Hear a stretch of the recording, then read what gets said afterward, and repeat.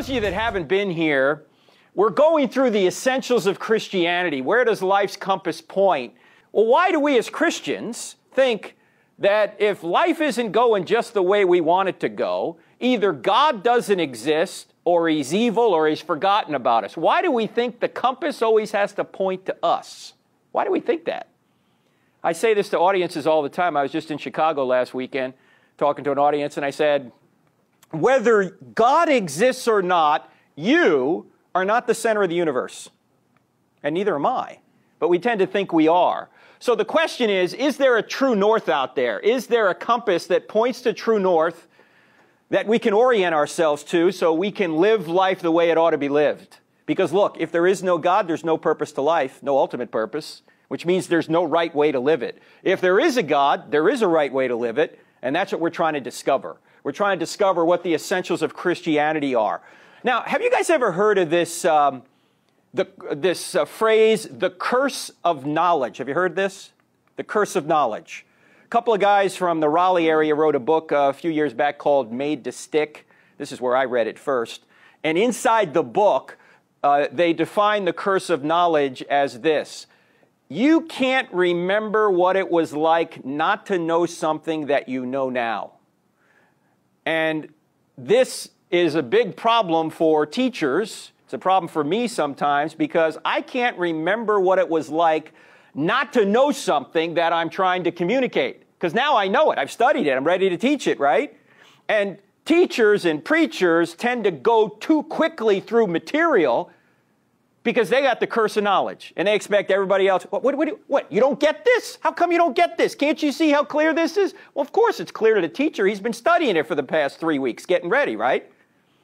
The curse of knowledge can really be a problem for teachers and instructors and preachers and those kind of things. But I want to talk to you about a different curse of knowledge. Have you ever heard about the curse of fake knowledge? The curse of fake knowledge goes like this. It's not what you don't know that is always the problem. The bigger problem is what you think you know that really ain't so. That's the curse of fake knowledge. Yeah, sometimes it's just our ignorance. We don't know anything about a topic. But typically the bigger problem is we think we know something about the topic and we have false beliefs about it. It ain't really so, but we think it is. I'm talking about the media. Yeah, that's it. It's a fake news. Well, we've been talking about fake news in our culture lately, haven't we? But no, I mean, this can infect all of us. How many times have you ever asked somebody their opinion on something and they say, you know what, I really haven't studied that. I really don't know. I don't feel qualified to answer. Very infrequently do we say that, do we? We always have an opinion on something, and it may be based on fake knowledge. Now, here's the most dangerous fake knowledge. Fake knowledge about God. Imagine you have wrong beliefs about God, which could impinge on eternity, right? Last time we talked about this, we asked the question, what comes to your mind when you hear the word God? What comes to your mind when you hear the word God? If you think of an old man on a cloud somewhere, or if you're thinking of a cosmic Scrooge, or you're trying to think of just somebody just a little bit bigger than you who has more authority than you, you've got fake knowledge about God. And that can be dangerous. And so the section we're in this particular episode here is, what is God like? And last time we talked about what God is like, and today we're going to continue that discussion. In fact, last time we said, who is God? What is he like? We talked about the fact that he's one infinite being, and we spent a little bit of time on these attributes. And a few years back, for those of you that were here, we spent like 9 sessions on this.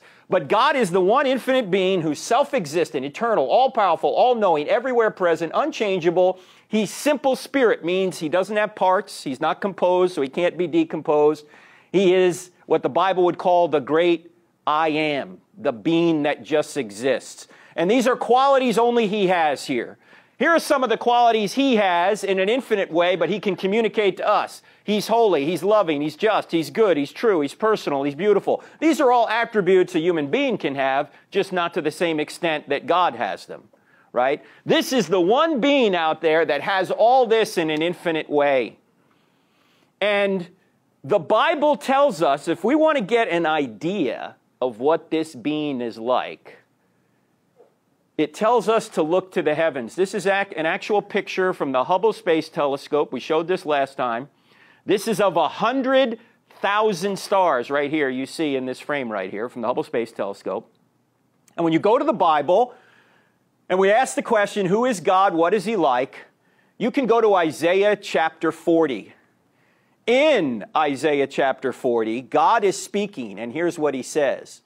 To whom will you compare me, or who is my equal, says the Holy One. In other words, you want a comparison to know what I'm like? Here it is. Lift your eyes and look to the heavens. Who created all these stars and named them one by one? Because of his great power and mighty strength, not one of them is missing. So the Bible says, look to the heavens. God created all the stars and named all the stars. Now, you might ask the question, how many stars are out there? The Hubble Space Telescope's been up for over 20 years. They corrected the problem in the mirror on it a number of years ago. And a few years back, they decided they were going to aim the Hubble Space Telescope at a particular point in the sky. And how big a point in the sky were they going to aim it at? About 1/25 millionth of the sky. To get an idea of what that is, if you were to go outside right now and take a grain of rice and put it on your finger and hold it up to the sky, that grain of rice would signify how big an area the Hubble Space Telescope was looking at. So just a microscopic speck, if you would. And what they did is they trained it on that piece of sky for what was equivalent to, I can't remember, 2 million seconds or something. Every time the telescope would come around the Earth, they pinpointed on that piece of sky. And what you're about to see here, I don't know if you can see this, but these are mountains here. This is looking at the southern sky right here.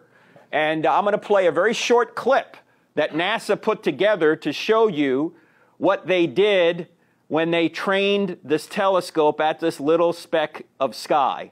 And what you'll see come up here is you'll see these constellations come up, and then it'll zoom in. It's called Hubble Ultra Deep Field. It zooms in on this 1/25 millionth of the sky, and here's what they found. Here we go. Check this out.